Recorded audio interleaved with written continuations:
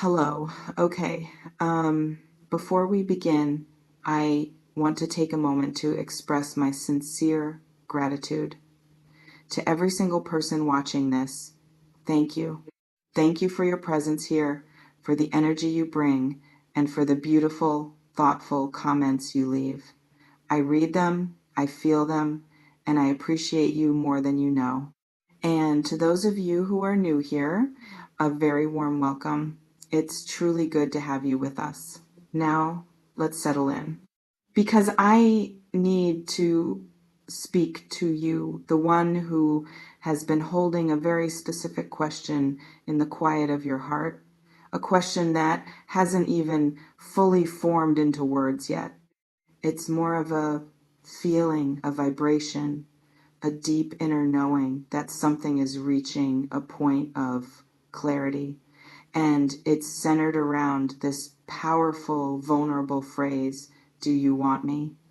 Can you feel it? That's what we're navigating today. This isn't about a casual curiosity. This is about the core of your worth, your value in a dynamic, your place in someone's life. It's the silent inquiry your soul is making, and the atmosphere around you is preparing to answer in a way that is unmistakably clear. And I want you to notice the energy you're holding as you hear this. There's a certain stillness within you, a readiness.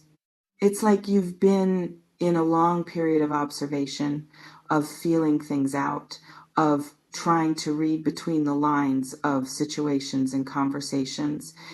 You've been patient, perhaps too patient, some might say, but you knew that pushing for an answer before it's time would only create noise, not truth. And your spirit craves the raw truth, doesn't it? Even if it stings, even if it reshapes everything you thought you knew. This "do you want me" energy is not coming from a place of desperation. Let's be very clear about that. If anything, it's coming from a place of newfound strength. It's the strength to finally ask the question you've been too afraid to give voice to, because you now know on a bone deep level that you can handle the answer. Whatever it is, that in itself is a profound transformation. Can you feel that shift in your own foundation? The part of you that is no longer willing to contort, to shrink, to make yourself fit into spaces that were never designed for your full dimensions. This is about honoring the dignity of your own energy. It's about looking at a situation, a connection, and finally giving yourself permission to say, I need to know. I deserve to know where I stand. And because you've come to this point from a place of self-respect, not lack, the universe, your own higher awareness, is mirroring that back to you. It's orchestrating a seriousness, a directness in the field around you that cannot be brushed aside with a joke or delayed with a vague promise. The talk, the conversation, the moment of truth, it carries a weight now. It holds consequence. I want you to reflect for a moment. Have you noticed a certain pattern of mirrors lately, where the actions or inactions of others are reflecting back to you the very questions you've been holding inside?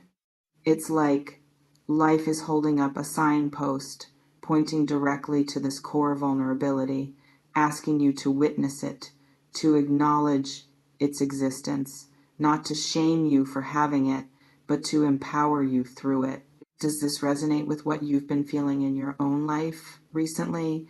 Let me know in the comments. Truly, I'm listening.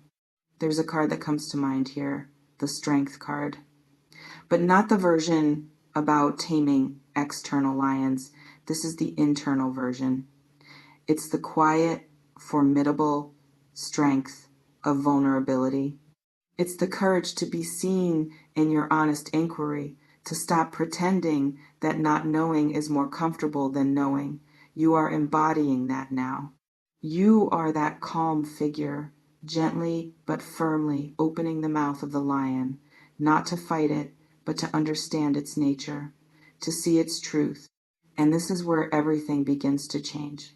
Because when you operate from this kind of inner integrity, you stop attracting chaos, you stop attracting maybes, you create a gravitational pull for clarity. It's a law of energy. The talk that is coming, think of it less as a confrontation and more as a convergence, a meeting point between your inner question and the outer reality. It's the moment where potential finally crystallizes into something tangible you can work with. And that can be liberating, even if the news isn't what you once hoped for. Because liberation is found in truth, not in fantasy. There's a solidity forming in your solar plexus, a sense of, I am ready to see what is real. And that readiness, that is your power. It's what changes the entire dynamic. You are no longer a passive participant waiting for a clue. You are an active, conscious creator of your own emotional landscape, deciding what you will and will not accept as your home. This is serious because you are treating yourself seriously. For maybe the first time in this context, does that land for you? Can you feel the shift from hoping to knowing, from waiting to discerning? The energy is one of profound emotional maturity.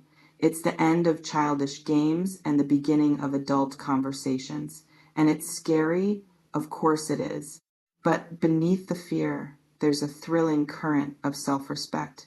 It's the feeling of finally standing at your full height, without apology, and being willing to see and be seen. That willingness, it changes everything. It rewrites old scripts. It ends cycles of ambiguity. It demands a matching seriousness from the world around you. So as we move deeper into this, I want you to breathe into that space within you that is ready, the part that has already decided that clarity in any form is more valuable than comfortable delusion. Honor that part. It is your greatest guide right now.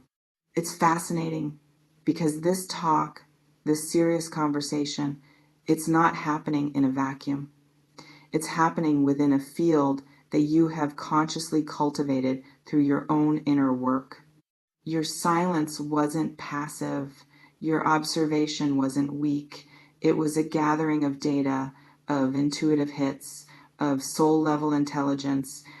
You have been compiling evidence not to build a case against anyone, but to build a foundation of understanding for yourself.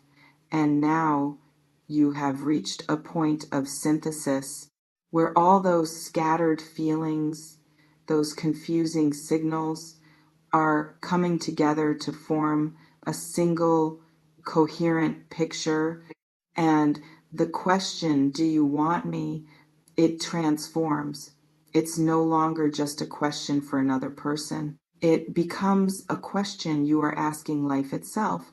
Do you want me, this authentic version of me, to thrive here in this job, in this relationship, in this creative pursuit, in this city?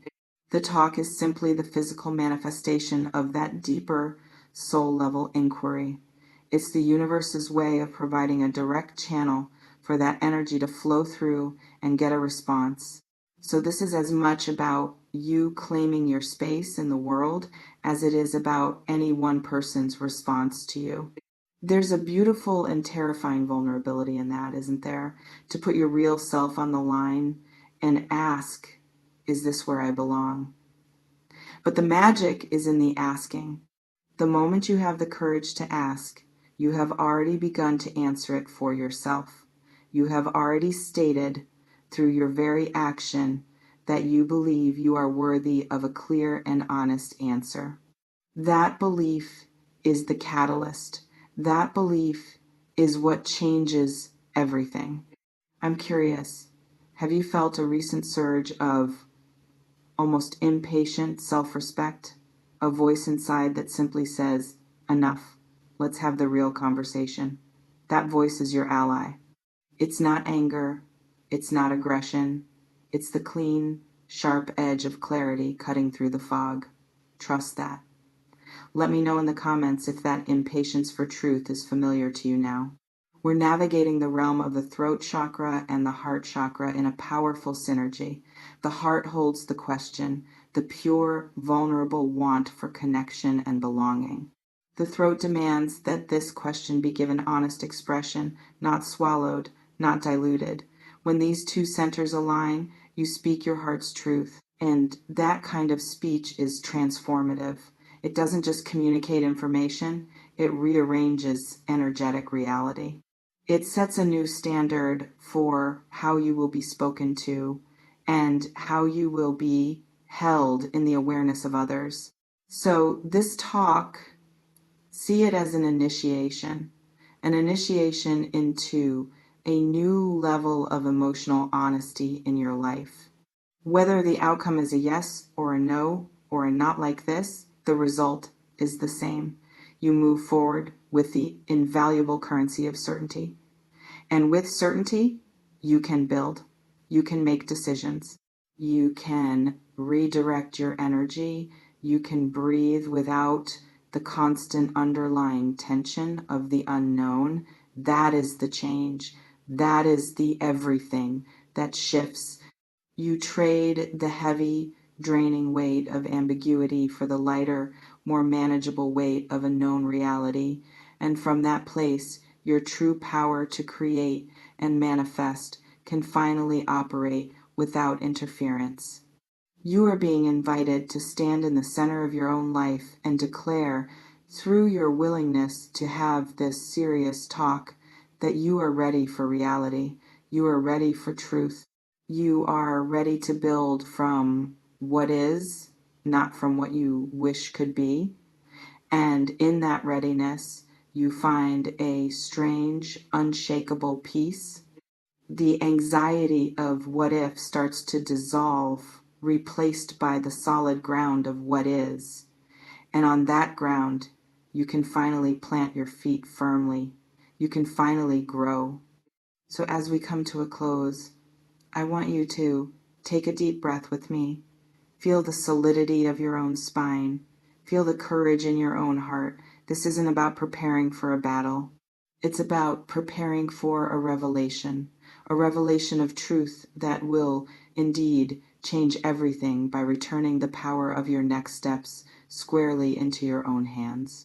You are not waiting for an answer to define you. You are using the question to refine your world. And that is the work of a conscious creator. That is the work of someone who is truly, powerfully coming home to themselves. I don't sell futures. I build architects. No predictions, just the raw truth for the tough ones. Stay magic, stay in the now.